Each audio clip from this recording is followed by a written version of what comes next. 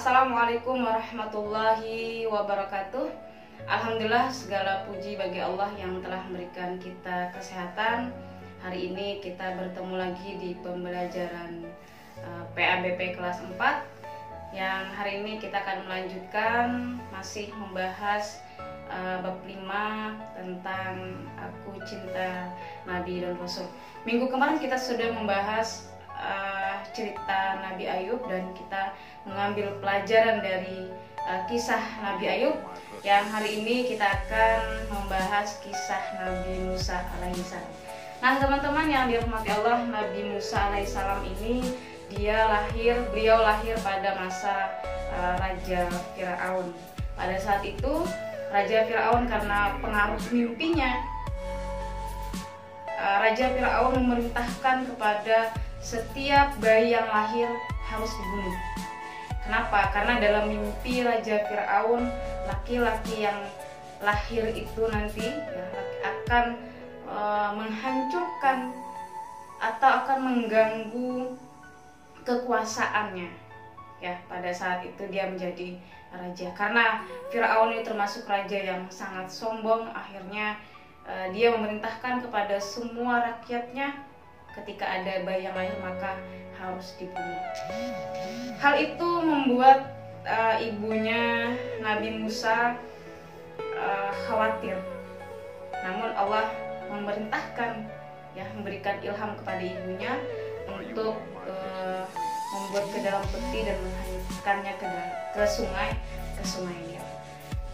Yang akhirnya bayi Musa pada waktu itu diselamatkan oleh seorang perempuan yang tidak lain adalah istri dari Raja Firaun sendiri.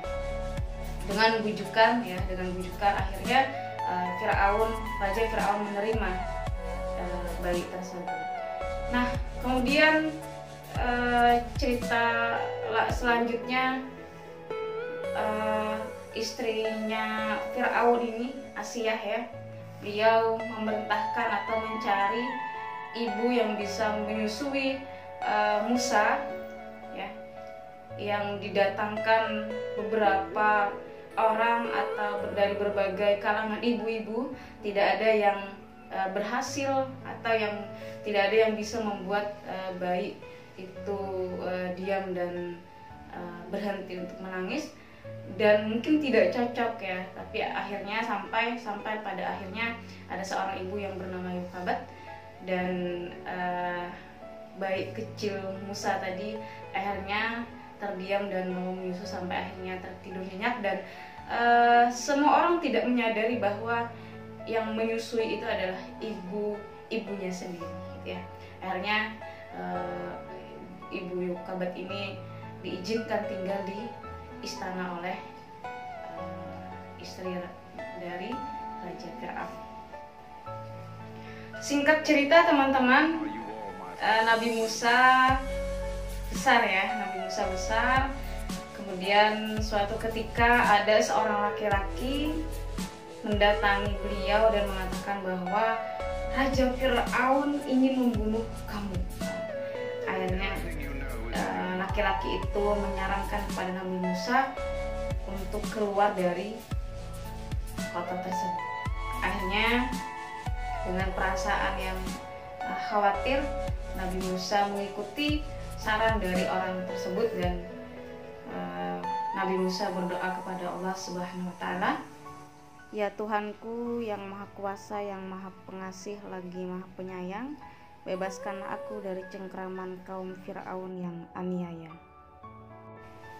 Sesampainya di kota Madian, Nabi Musa bertemu beberapa orang untuk mengambil air ya.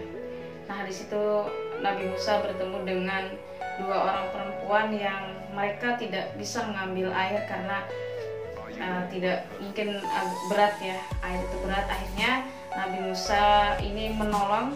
Nah, disinilah Nabi Musa itu dikenal dengan orang atau nabi yang sangat suka menolong ya. Karena pada cerita itu Nabi Musa menolong 2 orang perempuan yang sedang mengangkat air, dan akhirnya beliau membantu sampai pada akhirnya kedua perempuan itu bercerita kepada ayahnya yang tidak lain adalah ayahnya itu adalah Nabi Syuaib. Nah, dari sinilah Nabi Syuaib tahu bahwa Nabi Musa adalah termasuk nabi yang sangat mulia, suka menolong. Akhirnya Nabi Syuaib menikahkan salah satu putrinya dengan Nabi Musa alaihissalam.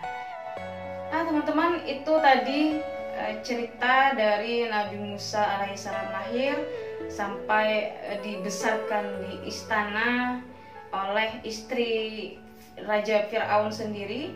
Dan ketika besar, Raja Fir'aun mengetahui bahwa laki-laki Nabi Musa inilah adalah yang akan menghancurkan kerajaannya, yang menghancurkan kekuasaannya. Akhirnya dia berniat untuk membunuh Nabi Musa. Namun Nabi Musa melarikan diri atau keluar dari negeri tersebut, dan yang akhirnya nanti ya Nabi Musa akan memerangi Fir'aun, memerangi Raja Fir'aun. Bagaimana nanti Raja Fir'aun itu sampai tenggelam di lautan. Nanti kita lanjutkan pembahasannya atau ceritanya di pertemuan berikutnya. Salah khilaf mohon maaf. Terima kasih atas segala perhatian. Wassalamualaikum warahmatullahi wabarakatuh.